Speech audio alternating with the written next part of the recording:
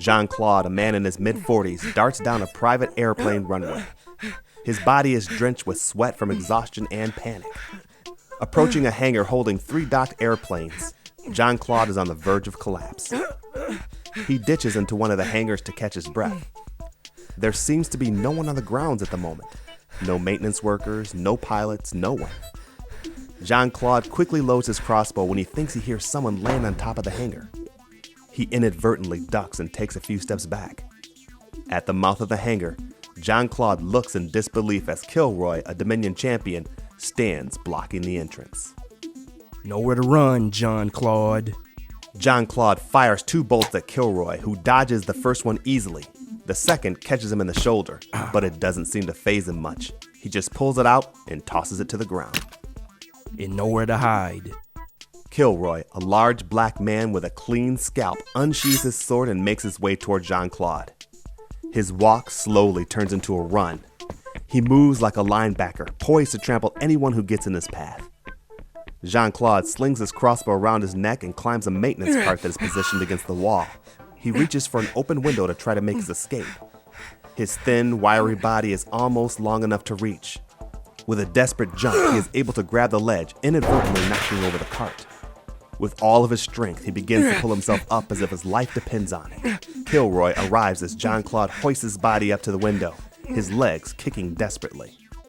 Jean-Claude kicks at the pursuing Kilroy. His foot plants into Kilroy's chest, sending him back just enough for Jean-Claude to unsling his crossbow and club Kilroy in the face. With that clumsy move, he almost falls and he almost loses his crossbow. He fumbles to grab the ledge once again. Kilroy recovers and grabs one of Jean-Claude's legs. Come here. As he pulls, Jean-Claude begins to slip. You're mine, French boy. Oh, God, I can't use a hand right now. Jean-Claude is holding on with only one hand now, fighting and dangling. With his free hand, he reaches into his cargo vest jacket and pulls out a grenade. He pops the pin and throws it down toward Kilroy. Gosh! Kilroy loses his grip on Jean-Claude as he catches the grenade out of reflex. He quickly drops it to the ground and dive rolls out of the expected explosive wake. With a quick burst of adrenaline, Jean-Claude manages to pull himself up and through the window, falling a good 10 feet to the pavement. Coughing up blood, he gets his footing as the grenade explodes, buckling the metal wall. Though shielded, the force knocks Jean-Claude off of his feet. He scampers away, bruised and sprained, but otherwise unharmed.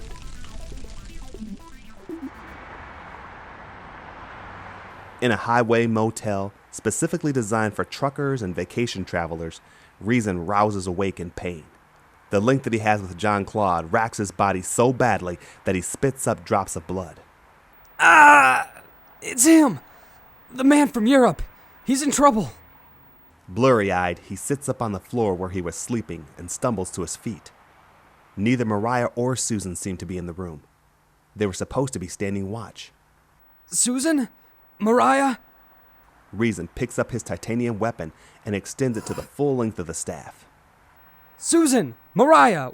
Where are you guys? Where are they? Coughing up more blood, Rezin drops to one knee in pain.